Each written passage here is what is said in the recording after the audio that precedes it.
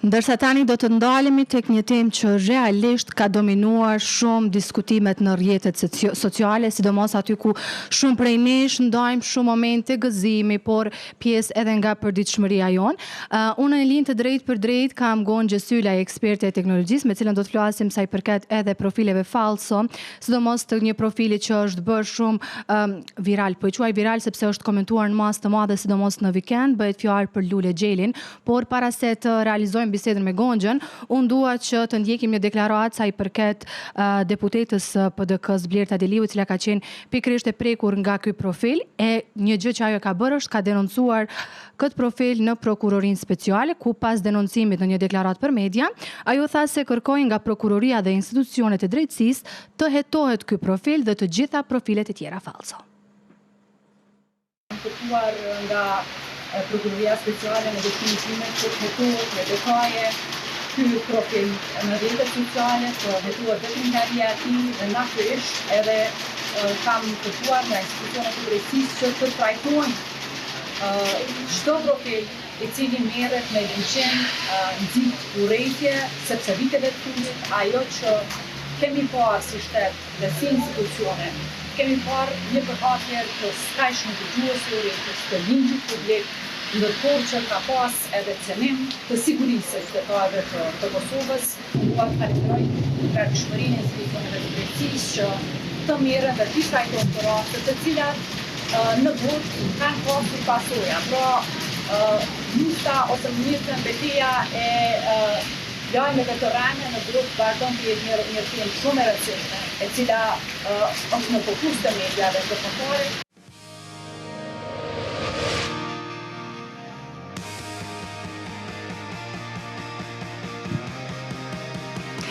E tash është koha ta përshëndesim Gonxhen. Gonxhe, përshëndetje. Unë nuk po e dëgjoj shumë Gonxhen, sigurisht është një problem i vogël i cili do të rregullohet. Sigurisht Gonxha po më dëgjon shumë mirë.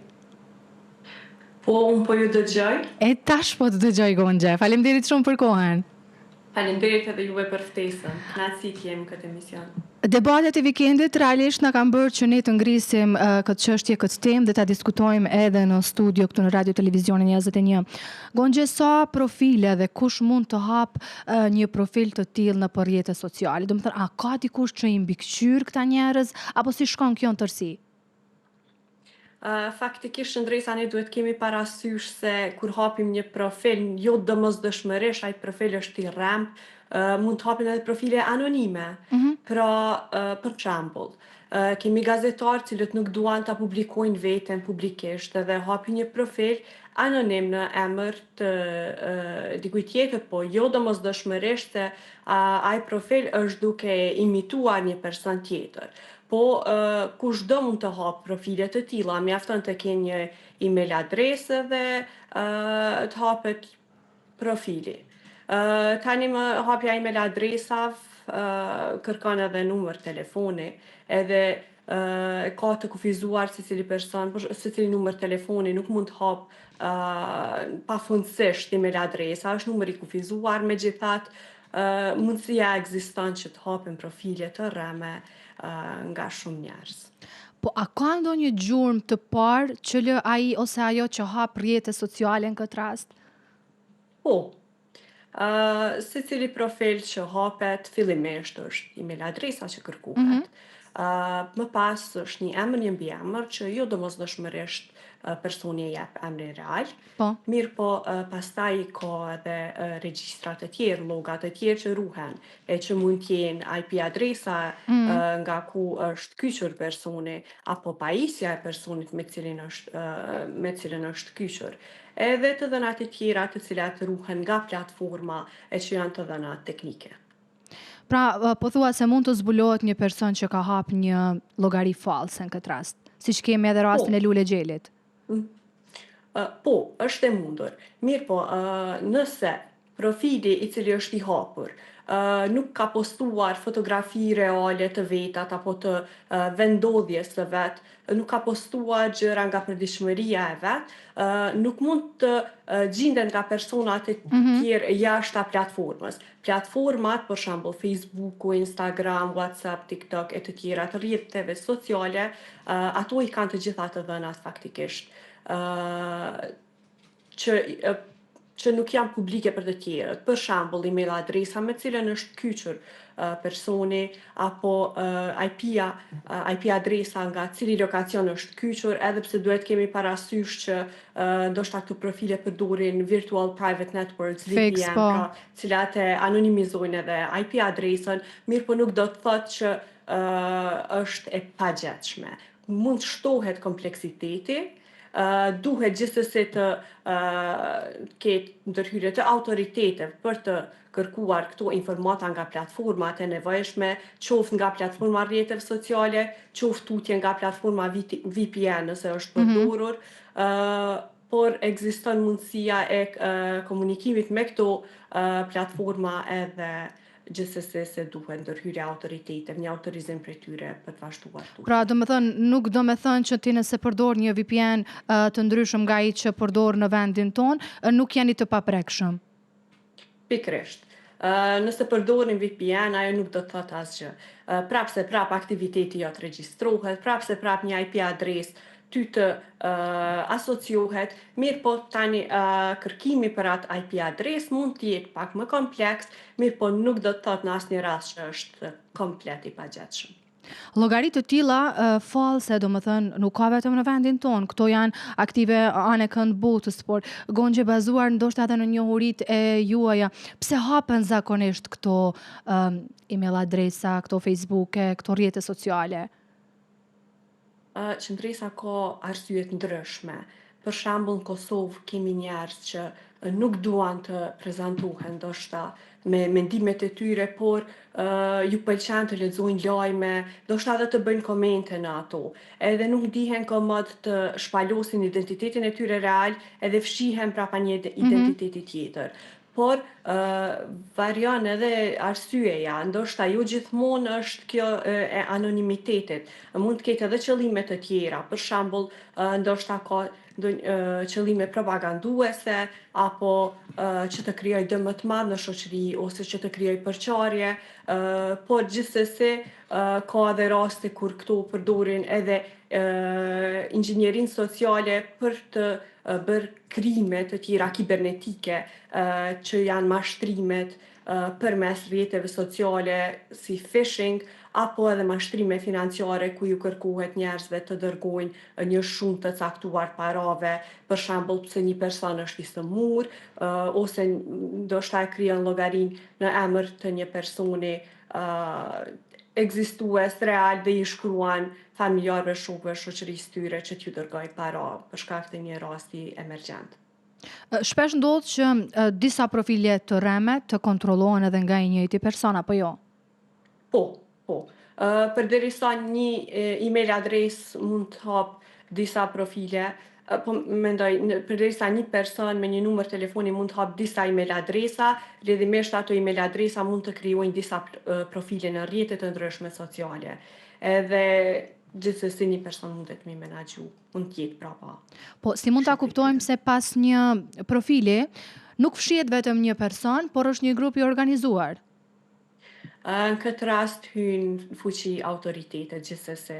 Pasi që duhet një hetim i thellë, duhet hetuar, fillimisht duhet mirën të dhënat nga këto platforma, si çfarë IP adresa janë përdorur, email adresa që është përdorur për kyçe, pastaj ndoshta të kontaktohet edhe platforma e emailit, për shembull nëse ka qenë Gmail, të kërkohet numri i telefonit nga i cili është përdorur për me u kyç ai person, ndoshta të hetohet edhe në kompaninë e telekomit se kush është personi prapa atij numri e kështu me radhë. Pra nëse është një skem tjetër prapa kësaj çështjeje, atëherë gjithsesi hyn shumë faktorë në fuqi dhe duhet të investigohet nga autoritetet. Unë e thash edhe para nisjes së bisedës, deputetja e PDK-s Blerta Deliu Kodra ka denoncuar në prokurorinë speciale pikërisht këtë profil Lule Xhelin. Dhe kur kemi të bëjmë me këso lloj rastesh, cili është hapi i parë që duhet të ndërmarrë prokuroria? Prokuroria gjithsesi duhet të ruajë të gjitha provat të cilat janë siguruar, po paraprakisht edhe personat të cilë bëjnë padi në prokurori duhet të ruajnë përveç screenshote edhe datën, edhe statuset, edhe mesazhet që kanë marrë nga profilet e rreme me orë të caktuar, sa më shumë detaje që është e nevojshme, ndoshta edhe video inqizime të bisedës me ata persona, të cilat mund t'i shërbejnë prokurorisë. Por edhe duhet ruhen edhe linqet, do të thënë jo vetëm të kesh një screenshot, sepse ato tutje mund të përdoren nga prokuroria për të kontaktuar platformat me detajet e nevojshme për rastin, për dëmin që është bërë, edhe me provat aktuale që gjenden. Po a bashkëpunojnë Facebooku, Instagrami, apo edhe TikToku me autoritetet e Kosovës, sidomos kur kemi të bëjmë me zbulimin ose identifikimin e një përdoruesi? Këto platforma publikisht kanë deklaruar se bashkëpunojnë me të gjitha autoritetet globale. Fillimisht ka qenë bashkëpunimi vetëm me Shtetet e Bashkuara të Amerikës, mirë po tani është i zgjeruar, por duhet kemi parasysh se ata kërkojnë një kërkesë nga autoritetet për të çështje.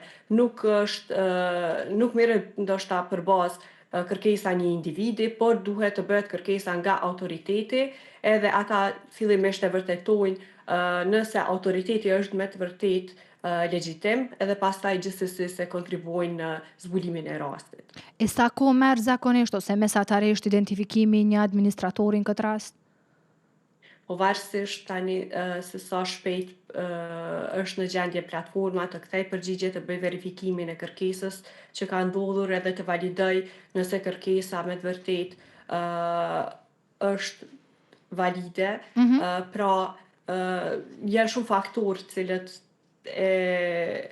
definojnë edhe kohën e reagimit edhe të platformës, po edhe të gjetjes së administratorit, sepse ndoshta administratori e ka hapur edhe llogarinë me një email fake, edhe pastaj duhet kalojmë te platforma tjetër për të gjetur se nga kush është hapur emaili, e më pas ndoshta përmes numrit telefonit kalojmë tek Telekomi apo kompania e cila e ka dhënë numrin e telefonit personit, e ndoshta duhet të shikohen edhe kamerat, nëse janë valide për atë kohë, pasi që kamerat si kohë kanë vetëm 30 ditë. Faktikisht regjistrimet e kamerave ruhen vetëm për 30 ditë, kështu që nëse ka kaluar atë periudhë, ndoshta mundet edhe të mos gjenden fare, që të identifikohet fizikisht personi që ndoshta e ka ble numrin në një kohë të caktuar. Gonxhe, kur jemi tek hetimet, cilat ndoshta janë ato provat që qytetarët i humbin më shpesh duke vështirësuar kështu më pas edhe hetimin? Pa dije ndoshta, pa...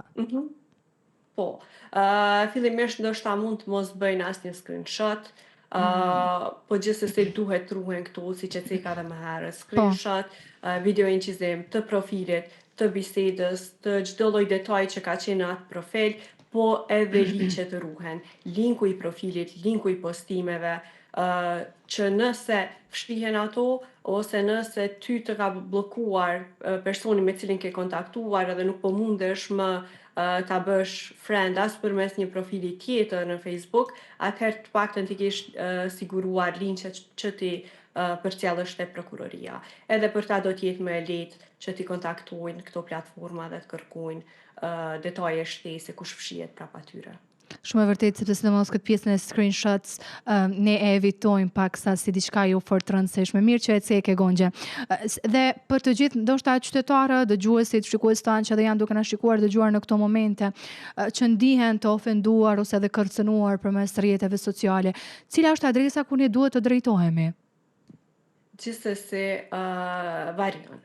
Për shembull, nëse është një individ për cilin ju është hapur një profil fake me fotografitë e veta apo kesh përdorur emri i tij, duhet ruhen prova, nëse ka kontaktuar me profilin fake, profili fake mund të alarmohet edhe ta mbyll me një herë, duhet kenë shumë kujdes se si ju qasen atyre profileve, duhet ruhen gjitha këto prova dhe të përcjellen normal te autoritetet e shtetit e policia e Kosovës që të hetohet kush ka qenë personi që ka hapur atë llogari ndaj individit. Por nëse dëmi nuk është, profili nuk është duke targetuar një individ specifik, po është duke bërë dëm të madh në komunitet, një dëm të caktuar, prapse duhet të bëhet paditë tek autoritetet edhe kjo normal, sikurse rasti tani aktual do të hetohet në masë më të madhe. Gonxhe, po për fund, cila do të ishte ndoshta një këshill, qoftë edhe për sigurinë, qoftë edhe për ruajtjen e të dhënave personale për shikuesit tanë? Sa i përket sigurisë dhe ruajtjes të dhënave personale, fillimisht do t'i kisha lutur të gjithë që të mos përdorin një fjalëkalim për të kyçur në të gjitha mediat sociale, një fjalëkalim të njëjtë për email, Facebook, Instagram e të tjera. Pse? Sepse nëse një sulmues, një aktor kibernetik, një haker apo një profil keqdashës e ka njërin nga këto fjalëkalime, mund të futet në të gjitha rrjetet sociale me radhë dhe të bëjë dëm më të madh. Po ashtu, është mirë të aktivizohet dhe rekomandohet gjithsesi të aktivizohet autentikimi me 2 faktor apo më tepër.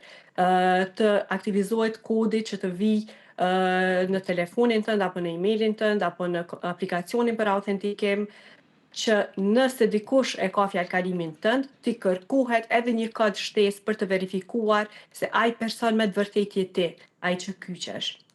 Sa i përket privatësisë, është mirë që të konsiderohet ajo që po ndahet. Për shembull, jo çdo gjë duhet postohet, jo çdo detaj duhet postohet, mos postoni gjëra personale si letër njoftimi, viza, apo ndoshta edhe ndonjëherë jemi të pakujdesshëm edhe postojmë edhe dokumentet që kemi në tavolinë ose ekranin e laptopit apo kompjuterit. Edhe ndajmë detaje personale të cilat janë shumë të ndihshme dhe mund t'i përdor dikush kundër nesh. Po ashtu sa i përket fjalëkalimeve, kur ndajmë këto detaje, për shembull, ndoshta fjalëkalim kemi një përvjetor, ndoshta kemi emrat e fëmijëve, ose diçka që ne i ndajmë shumë shpesh në media sociale, edhe dikush mund të hamendësoj fjalëkalimin tënd vetëm nga ajo që ti ndan. Kështu që keni kujdes ato që ndani, mos i asocioni me me fjalëkalimet e juaja edhe gjithsesi kur hasni në profile fake ose në profile të cilat juve ja ngrisni një ndjenjë të urgjencës ose ju detyrojnë të bëni diçka, dyshoni kredibilitetin e tyre, bëni screenshot çdo detaj, ruani linqet e profileve edhe bëni video incizim të bisedës nëse është e nevojshme. Një mesazh shumë i bukur për ta përmbyllur këtë bisedë, Gonxhe. Faleminderit shumë për informacionet që ndat me ne, me mua, me shikuesit tanë tërësi. Informacionet që do të na duhen realisht. Faleminderit. Uroj të shërbejnë gjithëve.